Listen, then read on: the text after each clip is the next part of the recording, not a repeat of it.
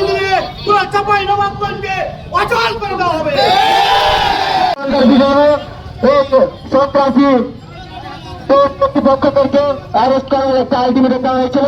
আমরা বলেছিলাম আমাদের 3 লক্ষ টাকা ক্ষয়ক্ষতি হয়েছে, আমাদের 14টা গাড়ি ভাঙচুর এবং কিট নষ্ট করে দেওয়া হয়েছে। আমরা বলেছিলাম আমাদের দাবি দাবা পূরণ করতে হবে 24 ঘন্টার ভিতরে।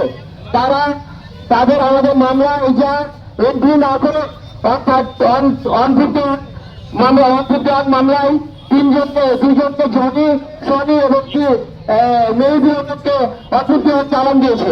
আমি জানতে চাই, আমি প্রশাসন মহোদয়কেই জানতে চাই যে কত টাকার বিনিময়ে এইসব কাজ করা হচ্ছে। আমি আরেকটা জিনিস জানাতে চাই, আমাদের সঠিক সব অত্যন্ত চাঁপাইনবাবগঞ্জ মুক্ত চাই। আমরা অনেক অর্জন পেয়েছি, অনেক নির্যাতিত হয়েছি, আমরা অনেক যন্ত্রণার ভিতরে আজকে এই পর্যায়ে দাঁড়াতে হয়েছে। আমরা চাইনি সাধারণ জনগণকে অ্যারেস্ট করতে। মামলা হয়েছে, আসামি ধরা হচ্ছে না, এই তো আমাদের এই বিষয়টা তদন্তাধীন আছে। যারা যারা জড়িত অবশ্যই তাদেরকে আমরা গ্রেফতার করব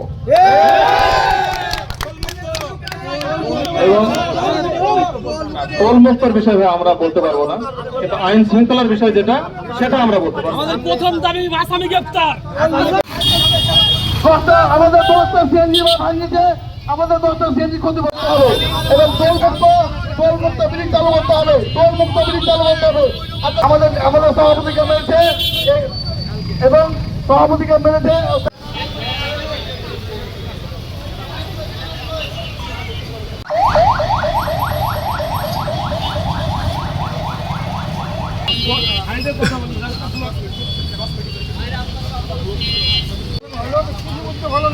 সাইডে করে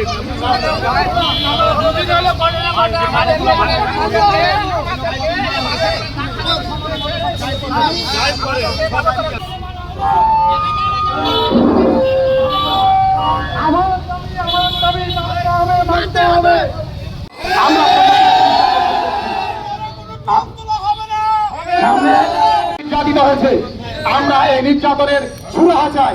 এর জন্য আমরা অবিলম্বে আমাদের দাবি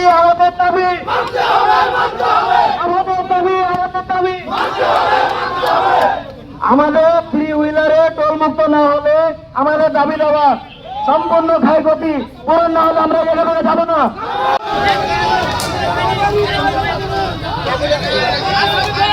আসামি আপনি এখন আসামি বলবেন, আপনি বলবেন এখনো আসামি, আপনার ওদিকে দাঁড়ানো করে আমরা আসামি বলবো, আমরা ছেড়ে দেবো।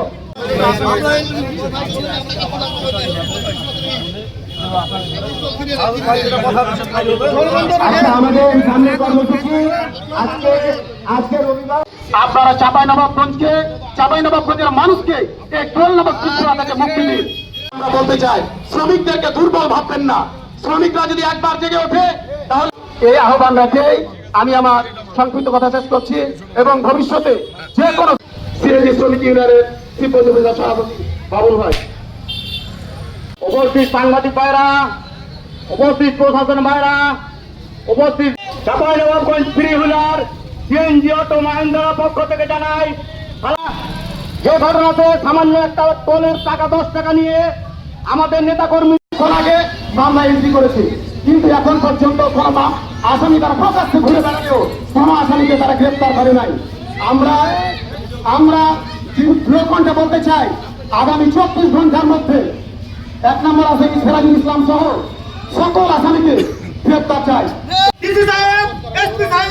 আপনারা যারা আছেন বর্তমান জেলা পরিষদের প্রশাসক সাহেব, আমরা এই মিটিং এর মাধ্যমে সবার কাছে অনুরোধ, এই আগামী টোল যেন 3 হুইলার মুক্ত হয়। যদি টোল বেচা কিনার পায়তারা করা হয়, এখানে এই আজকের আন্দোলন না, তীব্রতর আন্দোলন করে আগামী